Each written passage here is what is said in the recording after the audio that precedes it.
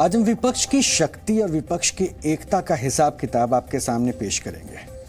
वैसे शुरुआत हम एक शेर से कर रहे हैं, क्योंकि मशहूर शायर बशीर बद्र का एक शेर है, मोहब्बत अदावत वफा बेरुखी, किराए के घर थे बदलते रहे। वैसे तो ये शेर उनकी एक गजल का हिस्सा है, लेकिन उनका कहा यह शेर आज देश की मौजूदा सियासत पर बिल्कुल सटीक बैठता है, क्योंकि सियासत में ना तो कोई पक्का दुश्मन होता है और ना ही कोई पक्का दोस्त। ये आप भी जानते भी होंगे, महसूस आपने भी किया होगा। यहाँ सब कुछ सुविधा अनुसार होता है, यानी जब सुविधा हो तब दोस्त बनकर वफादारी की कस्में खा लीजिए, और जब फिर इधर वाली सुविधा खत्म हो जाए तो पाला ही नहीं दोस्त भी बदल लीजिए, और फिर वही कस्में वादे दूसरी तरफ दोहराने लगिए। और आज बेंगलुरु से विपक्षी एकता की जो तस्वीरें सामने आई है, वो सियासत के इसी सत्य का एक जीता जागता उदाहरण है। और इसलिए आज हम डीएनए में विपक्षी एकता के इसी सुविधा वाले फेविकॉल का भी डीएनए टेस्ट करेंगे, और ये समझने की कोशिश भी करेंगे कि विपक्षी एकता के नाम पर जिस स्टेज को सेट करने की तैयारी हो रही है, क्या वो वाकई इतना मजबूत है कि इन अलग अलग पार्टियों के स्वार्थ और उनकी महत्वाकांक्षाओं के बोझ को वो संभाल सके। सवाल यह भी है कि क्या विपक्षी एकता का नारा वाकई किसी टिकाऊ चुनावी गठबंधन की शक्ल ले पाएगा, या ये पूरी कवायद, ये जो आप देख रहे हैं तस्वीरें, ये पूरी कवायद सिर्फ फोटो अपॉर्चुनिटी बनकर ही रह जाएगी। और उससे भी बड़ा सवाल यह है कि अगर विपक्षी एकता का ये महाप्रयोग जमीन पर उतर भी आता है, तो क्या वो बीजेपी और प्रधानमंत्री नरेंद्र मोदी की जड़ें हिला भी पाएगी। लेकिन सबसे पहले आपको बेंगलुरु से सामने आई इन तस्वीरों को जरा ध्यान से देखना चाहिए। दरअसल विपक्ष की ये पार्टियां आपसी सहमति से एक ऐसा गठबंधन बनाना चाहती हैं जो वर्ष 2024 के आम चुनावों में बीजेपी का एक साथ मिलकर मुकाबला कर सके। और इसके लिए ये दल बीजेपी के खिलाफ 1-to-1 फॉर्मूले के तहत उम्मीदवार उतारने की तैयारी कर रही है। और इसे लेकर ही 23 जून को भी 17 विपक्षी पार्टियां पटना में एक साथ आई थी, लेकिन इस बार 26 पार्टियों की मौजूदगी का दावा किया जा रहा है। यानी यह दावा किया गया कि इस बार विपक्ष की शक्ति और ज्यादा बढ़ गई है, 17 से 26। और इनमें जिन पार्टियों के नाम है वो भी आपको जानने चाहिए। इसमें कांग्रेस है, डीएमके है, टीएमसी है, जेडीयू है, आरजेडी है, NCP, UBT, CPM, CPI, SP, NC, PDP, CPI ML, JMM, AAP, RLD, MDMK, VCK, RSP, KDMK, Forward Bloc, IUML, Kerala Congress Joseph, Kerala Congress M, Apna Dal, कमेरावादी जैसी पार्टियां इस लिस्ट में शामिल है। इनमें से केडीएमके और एमडीएमके वर्ष 2014 के लोकसभा चुनाव के दौरान एनडीए का हिस्सा भी रह चुकी है। और जानकारी यह भी मिल रही है कि पिछली बार जहां एक साथ मिलकर चुनाव लड़ने पर सहमति बनी थी, तो वहां इस बार विपक्ष के महागठबंधन के लिए कॉमन मिनिमम प्रोग्राम तय करने पर चर्चा होगी। और चुनाव प्रचार की रूपरेखा भी तैयार करने के लिए कमेटी का गठन भी हो सकता है, जो सभी दलों की साझा रैली और दूसरे कार्यक्रमों को शेड्यूल करेगी। बैठक में नए गठबंधन के नाम पर भी चर्चा हो सकती है, और इसके अलावा प्रस्तावित गठबंधन के लिए कॉमन सेक्रेटरिएट बनाने की भी कोशिश है। और प्रदेश स्तर पर सीट शेयरिंग के फॉर्मूले पर भी चर्चा हो सकती है।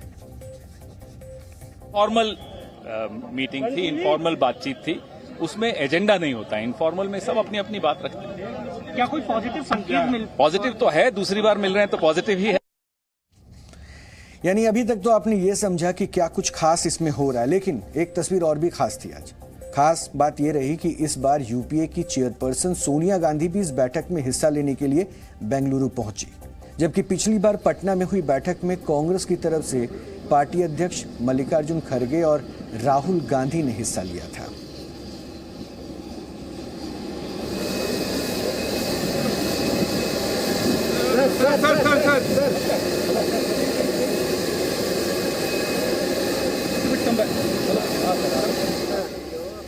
यानी सोनिया गांधी के खुद इस बैठक में पहुंचने का संकेत स्पष्ट है, साफ है कि कांग्रेस इस संयुक्त मोर्चा की कमान अपने हाथ में रखना चाहती है, क्योंकि कांग्रेस का यह मानना है कि विपक्ष की एकता कांग्रेस के बिना संभव नहीं है और सबसे बड़ी विपक्षी पार्टी होने के नाते इस मोर्चे की कमान भी उसके ही पास होनी चाहिए।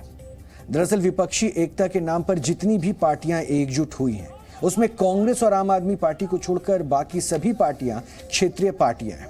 यानी इन दो दलों को अगर छोड़ दें तो जितने भी पार्टी के चेहरे आपको वहां पे नजर आ रहे हैं, जो कांग्रेस के साथ वहां पर मौजूद हैं, यानी जो विपक्षी एकता की बात की जा रही है, वो सारे के सारे फिर क्षेत्रीय पार्टियां हैं और उनका अपने राज्य के बाहर कोई खास प्रभाव भी नहीं है।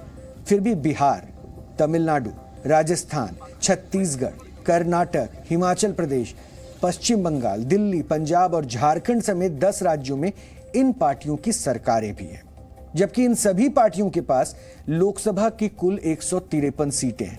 अब जरा इन आंकड़ों को आप देखिए और उसके बाद हम विपक्षी एकता और विपक्षी शक्ति का जो हमने कहा था कि हिसाब किताब करेंगे, अब यहां से वो हिसाब किताब हम शुरू करते हैं। अब इन आंकड़ों में हम आपके सामने दिखा रहे हैं कि जो जो चेहरे विपक्षी एकता के नाम पर एक मंच पर आज दिख रहे हैं, उनके पास कितनी ताकत है। यानी लोकसभा में इनके पास कुल 153 सीटें हैं और इनमें से भी सबसे ज्यादा 52 सीटें कांग्रेस की है। इसके अलावा डीएमके के पास 24 लोकसभा सीट है, टीएमसी के पास 23 लोकसभा सीट है, जेडीयू के पास 16 लोकसभा सीट है, तो वहीं लेफ्ट पार्टियों के पास भी लोकसभा की कुल 5 सीटें हैं। जबकि आरजेडी, सीपीआई-एमएल, पीडीपी का तो खाता भी नहीं खुल सका था। वहीं आम आदमी पार्टी और झारखंड मुक्ति मोर्चा के पास भी लोकसभा के सिर्फ एक सीटें ही हैं और इनकी तुलना में बीजेपी ने अकेले ही लोकसभा की 303 सीटें जीत ली थी। यानी 303 का वो आंकड़ा भी आप देख रहे हैं जो बीजेपी का था और उसके बाद दलगत आप देख लीजिए कि इनकी शक्ति इनके आंकड़ों से पता चलती है।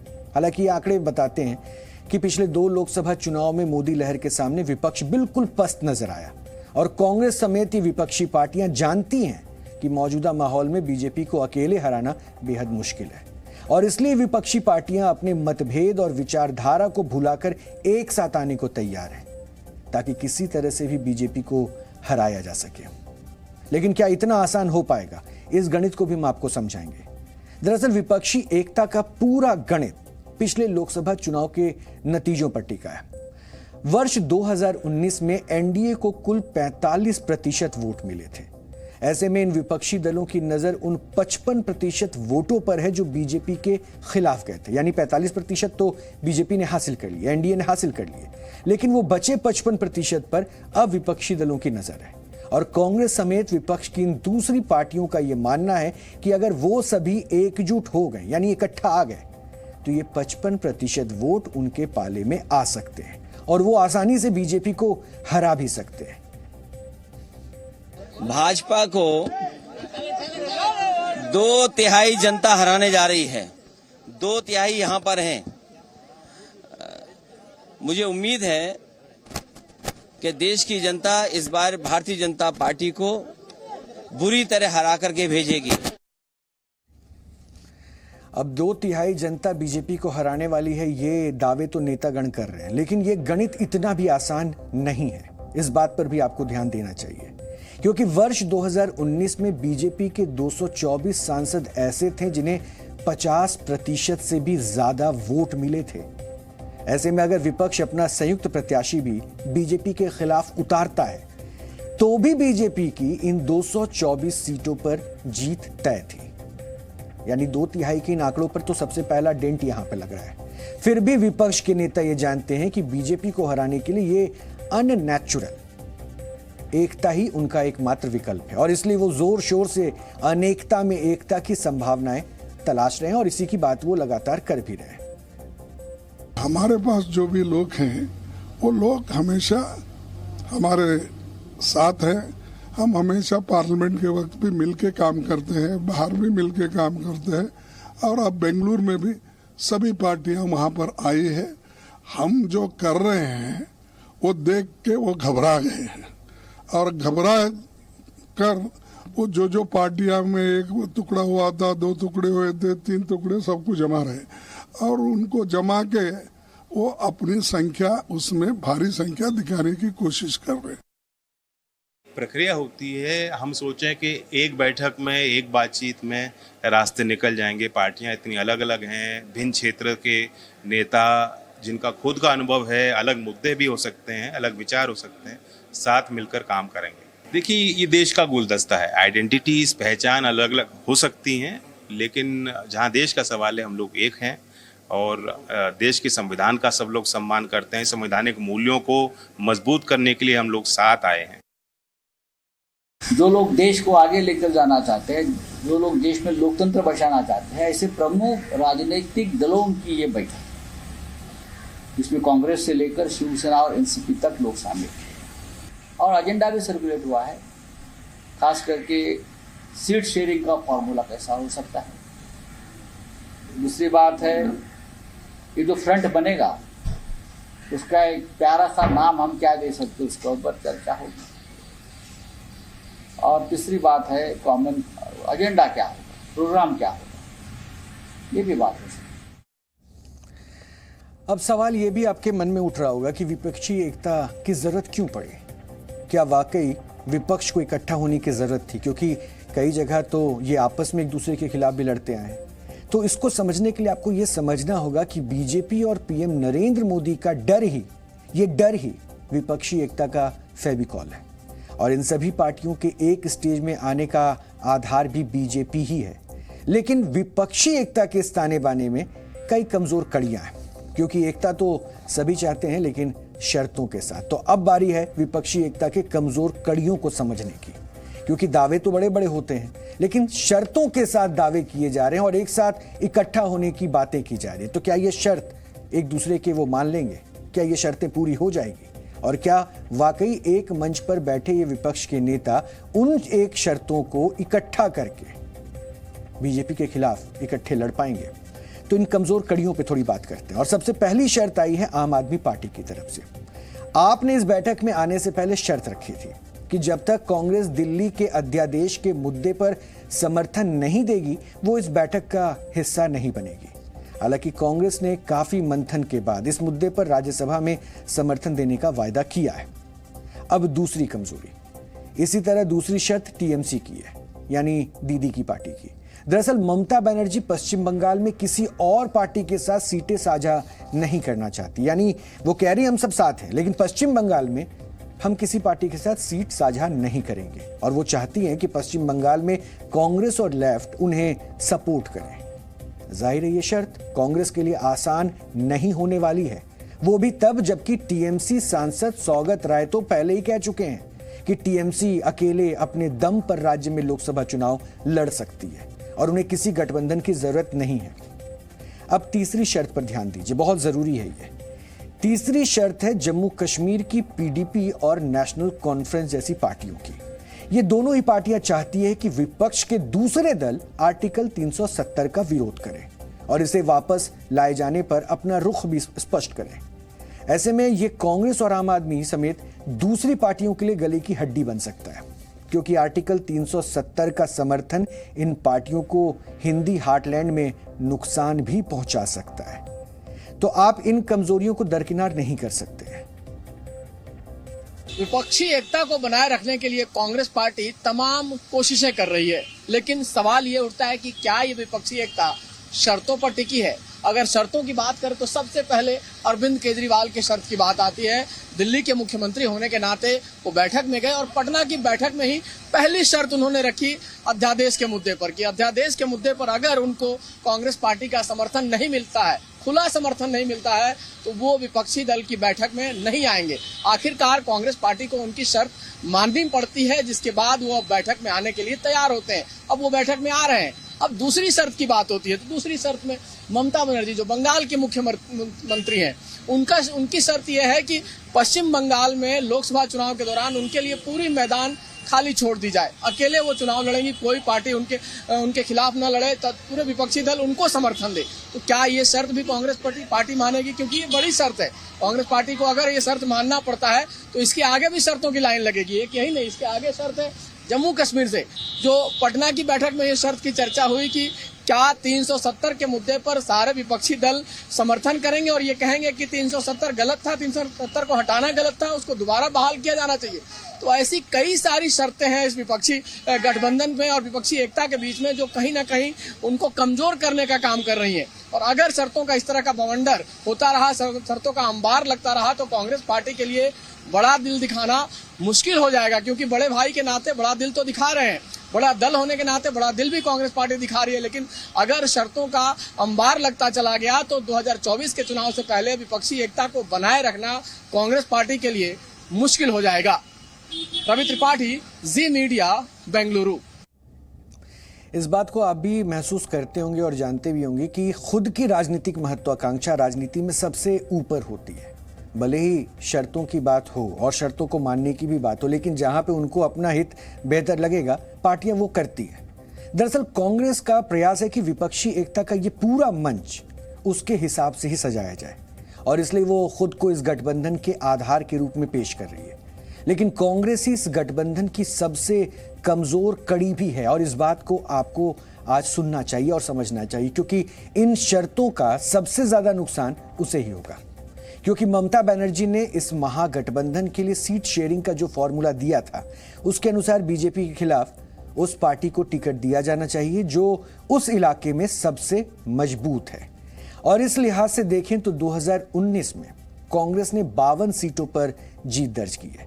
अब जरा इन आंकड़ों पर ध्यान दीजिए। कांग्रेस ने 2019 में 52 सीटों पर जीत दर्ज की, जबकि 196 सीटों पर वो दूसरे नंबर पर रही है।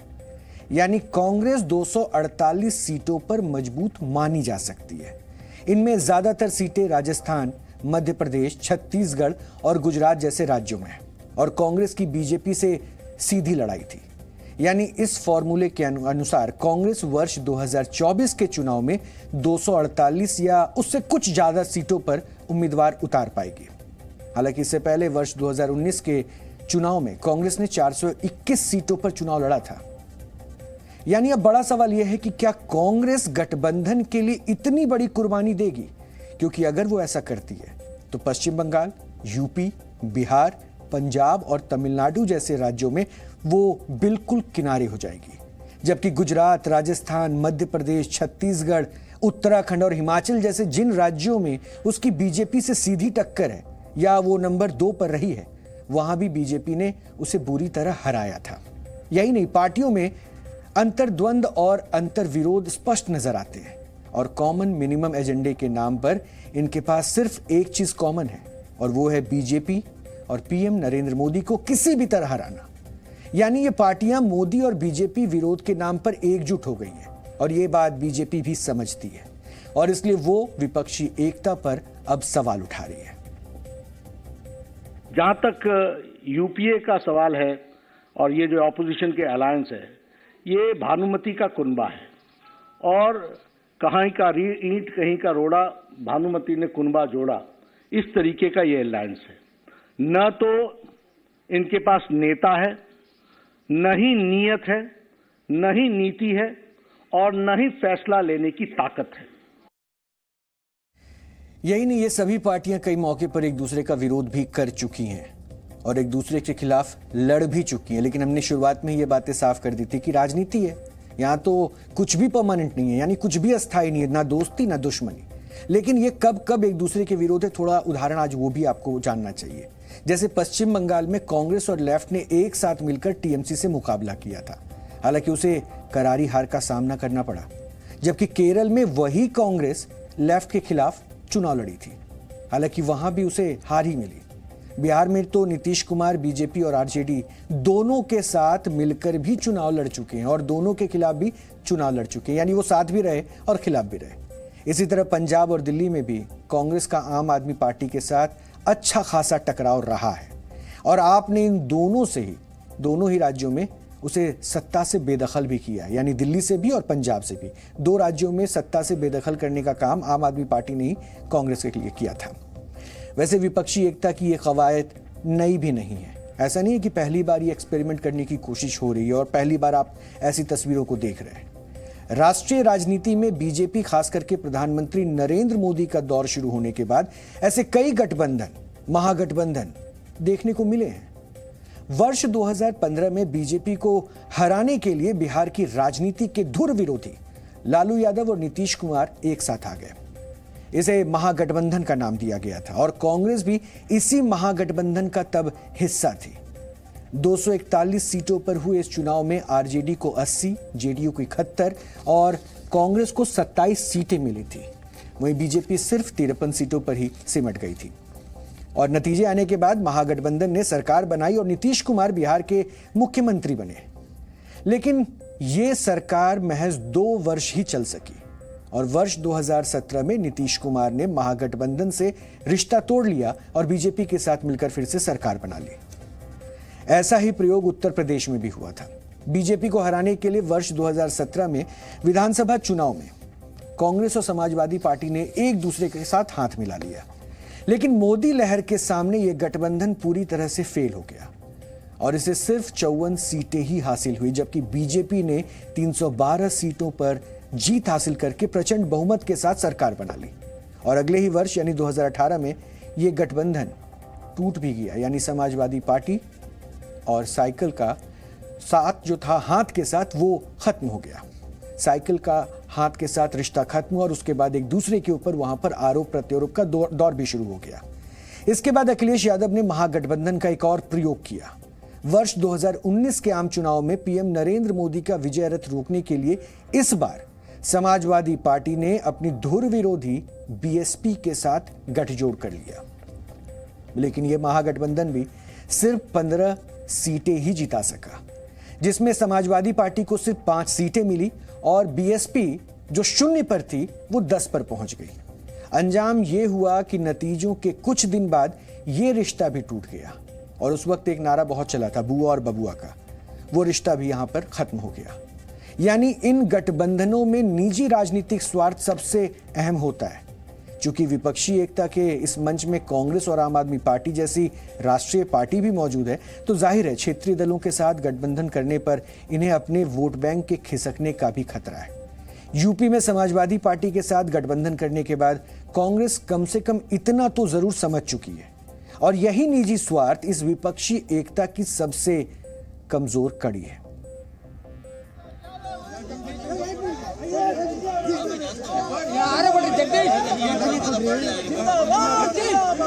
विपक्षी एकता लंबे समय तक नहीं चल पाती है, तो क्या ये विपक्षी एकता लंबे समय तक चल पाएगी? क्योंकि तमाम सारी बातें, सीटों को लेकर समझौता होना है, उम्मीदवार को लेकर समझौता होना है, क्या कोई चेहरा हो पाएगा विपक्षी एकता का, कोई प्रधानमंत्री का उम्मीदवार हो पाएगा, क्या कोई कन्वेनर बना पाएंगे आप, क्या मुद्दों को लेकर सहमति हो पाएगी? क्योंकि तमाम सारे दिक्कतें हैं।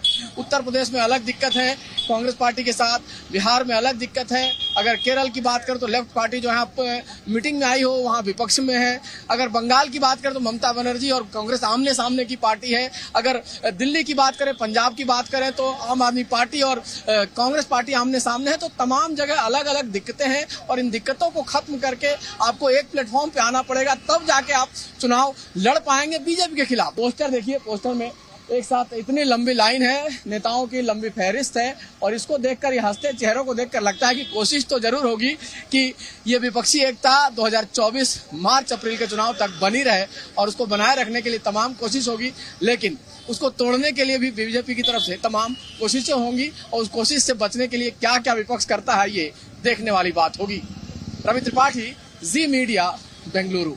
राज्यों के स्तर पे जो भी है परिस्थिति वो रहेगी और उसी परिस्थिति के अंदर कोशिश यही है कि विपक्ष के वोटों की बंटवारा से फायदा ना पहुंचे भाजपा को। वो किस तरीके से करेंगे हर राज्य के अंदर, उसके बारे में ठोस रूप से चर्चाएं होगी और वो निर्णय लिया जाएगा। लेकिन अभी तक जो आपने देखा, जो सुना, ये बीजेपी के खिलाफ बनाए गए गठबंधनों और महागठबंधनों और उनके अंजाम की बात हुई।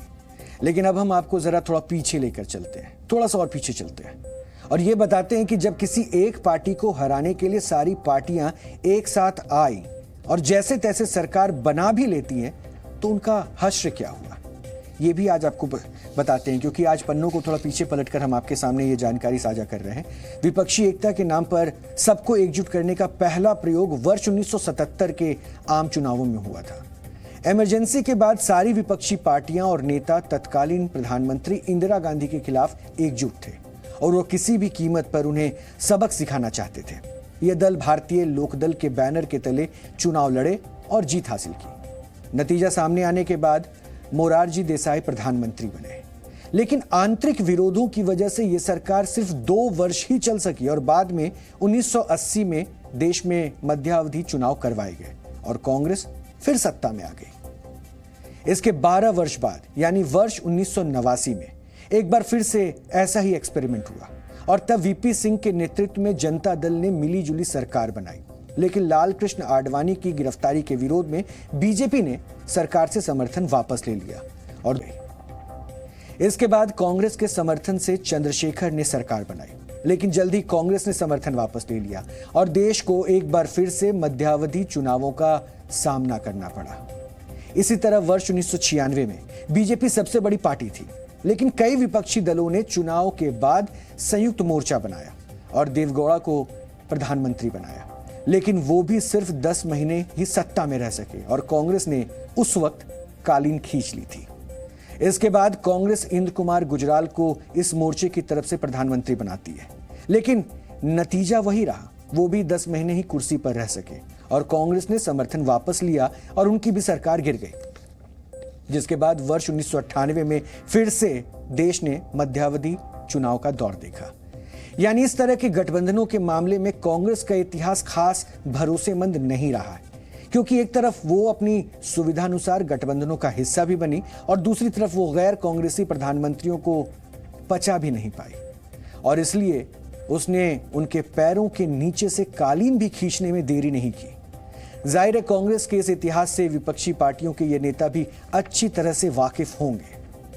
हालांकि एक सच्चाई ये भी है कि अगर ये विपक्षी पार्टियां अपने आपसी मतभेद को भुलाकर एक साथ आ जाती हैं तो बीजेपी के लिए मुकाबला आसान नहीं रह जाएगा और ये बात बीजेपी भी अच्छी तरह से जानती है, समझती है। इसलिए बीते कुछ वर्षों में गठबंधन के कई साथियों से किनारा कर चुकी बीजेपी ने भी एनडीए के कुनबे का विस्तार करना शुरू कर दिया है। महाराष्ट्र में पहले ही अजीत पवार की अगुवाई में एनसीपी का एक धड़ा बीजेपी के साथ आ चुका है, तो वहीं बिहार में जीतन राम मांझी की हिंदुस्तान आवामी मोर्चा और चिराग पासवान भी एनडीए में शामिल हो चुके हैं, जबकि यूपी में भी कुछ छोटे दलों के साथ बीजेपी ने गठबंधन कर लिया है। और अब कल दिल्ली में बीजेपी ने भी एनडीए की एक बैठक बुलाई जिसमें 38 दलों के आने का दावा किया गया है।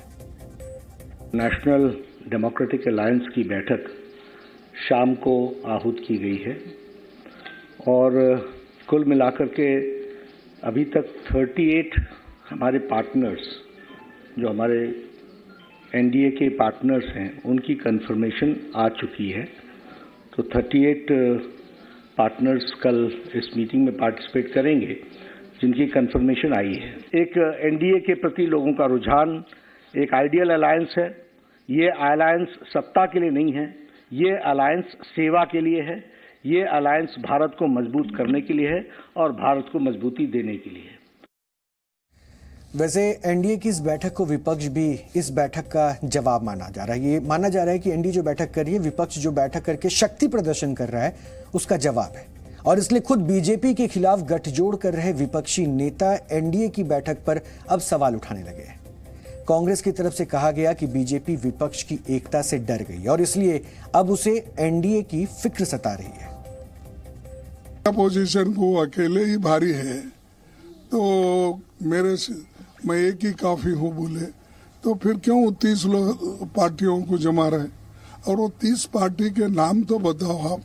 वो 30 पार्टी के लोग इलेक्शन कमेटी में या इलेक्शन ऑफिस में रजिस्टर करे सो है क्या यूं ही बुला रहे सबको?